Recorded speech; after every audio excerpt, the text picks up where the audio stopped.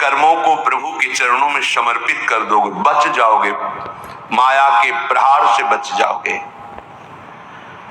प्रभु कहते हैं जो शुभ शास्त्र के विधान के अनुसार कर्म किया गया और अशुभ जो शास्त्र के प्रतिकूल आचरण बन गया है, वो भी सब मैं संभाल लूंगा।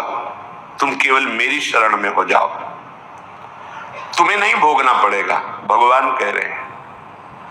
अगर बुद्धि ही खराब है तो भगवान की बात समझ में कैसे आएगी। कितना बढ़िया कृपा करके भगवान हमें उपदेश कर रहे हैं। अगर शास्त्र प्रतिकूल भी आचरण हो गए तो तू चिंता मत कर, मेरी शरण में आ जा। अनंत माताओं जैसा दुलार लेकर प्रभु, पर अपने लोग ऐसे मूढ़ हैं, ऐसी मलिन बुद्धि है कि इस बात को हम समझते ही नहीं।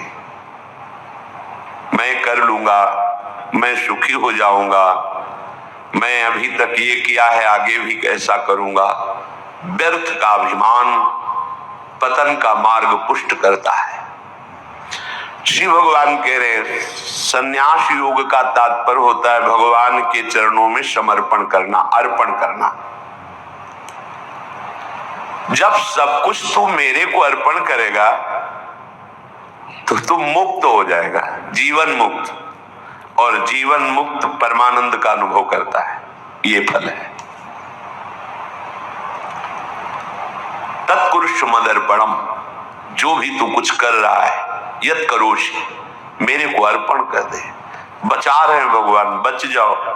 कर्म दोष, कर्म बंधन, जन्म मृत्यु, इससे बिल्कुल बचने का उपाय भगवान बता रहे हैं। पर इतनी मलिनता है हमारी बुद्धि में कि अभी सुनेंगे फिर भूल जाएंगे।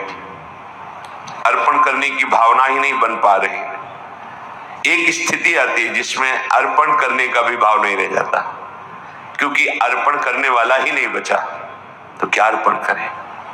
वो एक स्थिति है, इसे बुद्धिवाद से लेकर के ना चले, नहीं तो स्थिति नहीं प्राप्त होगी, केवल बातें रहेंगी।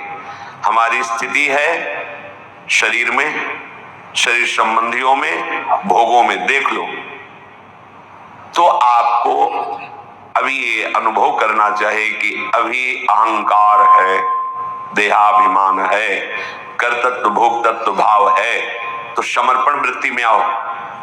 हर कर्म प्रभु को समर्पण करो, हर क्षण प्रभु को समर्पण करो, प्रभु के आश्रित हो जाओ। श्री भगवान कह रहे हैं हमारा सबके प्रति समभाव है। समोहम सर्वभूतेषु न मे द्वेष्योस्ति न प्रियः ये भजन्तु माम भक्त्या मयि ते तेषु चाप्यहम्। बहुत अमृतमयी बात श्री भगवान कह रहे हैं। समोहम सर्वभूतेषु, मैं बराबर सब में विराजमान हूं, चाहे जड़ हो, चैतन्य हो, पापी हो, पुण्यात्मा हो, कोई भी हो।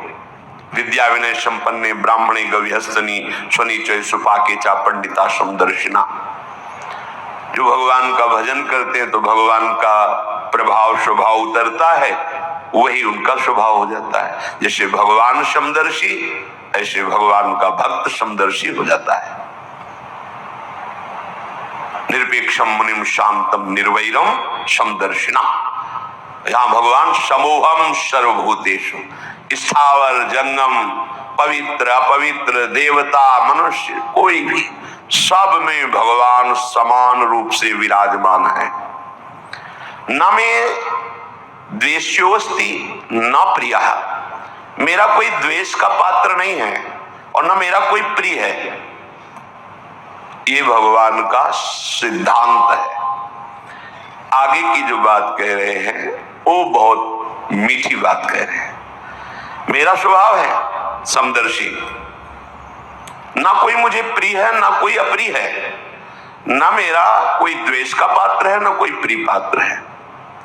पर ये भजन तो माम भक्त्या, जो मुझे भाव से बजते मैं पक्षपात ले लेता हूं उनका, ये एक खास बात है। बस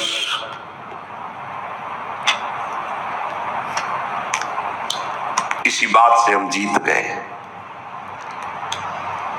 अगर केवल हिसाब हो तो हम कभी भगवत प्राप्ति नहीं कर सकते, कि तुम जो करोगे वही तुम्हें मिलेगा, तो हम कभी भगवत प्राप्ति के लायक ही नहीं हो सकते। भाई ये बात हमें जिता देती है। ये भजन्तु माम भक्त्या मयि ते तेषु चाप्यहम्, मैं उनमें प्रकाशित हो जाता हूं और वो मेरे में प्रकाशित, जो मुझे प्रेम से भजता है। अब प्रेम है कि नहीं ये तो पता नहीं, पर प्रभु के सिवा और कोई है नहीं, वही जीवन है, वही हमारे सब हैं। राधा राधा राधा, इससे जीत गए। अगर हमारे हिसाब में देखा जाए तो ऐसा कोई तप सृष्टि में नहीं है जो भगवान को खरीद सके, ऐसा कोई सिद्धांत नहीं जो भगवान को अधीन कर सके। जैसे मां मेरा बच्चा है ऐसा मान करके हर समय आंतरिक दृष्टि रखती है, जरा सा भय उपस्थित होने पर आगे खड़ी हो जाती है। ये तो एक अंश का वात्सल्य है, वो वात्सल्य समुद्र है। बस इसी बात से हम जीत गए। नहीं तो भगवान जब अपने स्वभाव में हो तो हम कभी भगवत प्राप्ति नहीं कर सकते। भगवान का स्वभाव क्या? समोहम सर्वभूतेषु न मे द्वेष्योस्ति न प्रिया, मेरा कोई प्रिय नहीं है और कोई अप्रिय नहीं। फिर तो हमारी बात नहीं बन पाती। अगर हमारी बात बनी है तो उनके दुलार से बनी है। उनका दुलार कैसे अनुभव में आया? कैसे आता है? अपनापन करने से। मेरे प्रभु जैसे भी है हम आपके हैं नाथ, अब आपके सिवा हमारा कोई सहारा नहीं। और ये बात जब वाणी से हृदय में उतर जाती है तो फिर जो चमत्कार जीवन में होता है वो किसी और साधन से नहीं होता है। मृत्यु से बचने के लिए बड़े बड़े उपाय किए जाते हैं। जब हार हो जाती है उपायों की, तब ये बात ध्यान आती है कि है कोई ऐसा जो मुझे बचा सकता है। नहीं, जीव का ऐसा स्वभाव बन गया है कि वो पहले भगवान की शरण होता ही नहीं है। वो जब तक हार नहीं जाता तब तक भगवान की शरण नहीं होता है। ये पक्की बात है, ये स्वभाव है उसका।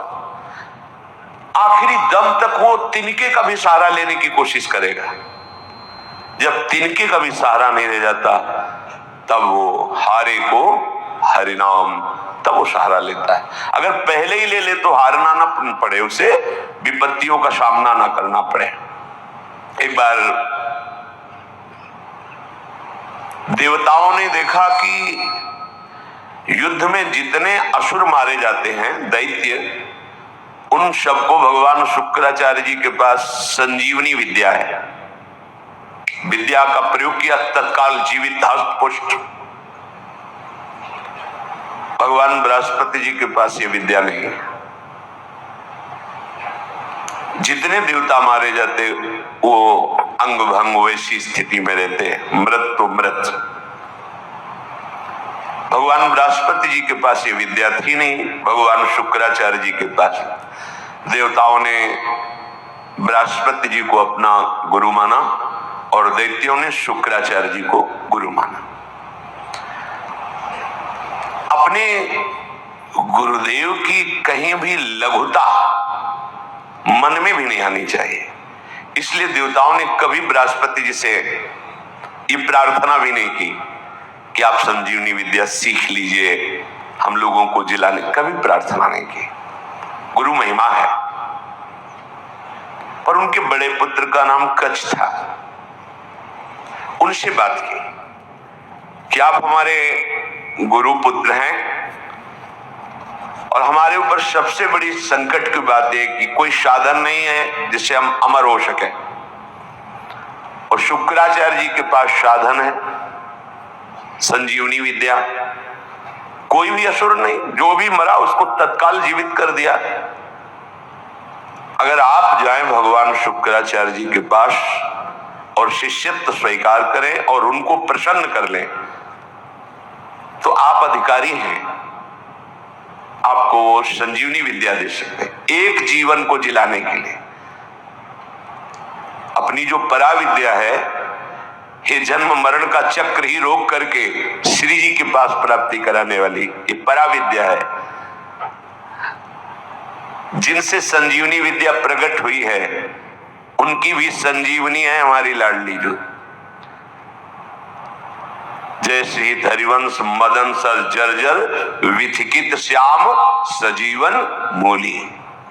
दिव्य प्रमोद रस सार निजांग संग पीयूष बीच निचयंती कंदर्प कोटि सर मूर्छित नंद सोनु संजीवनी जयति कापी निकुंज देवी।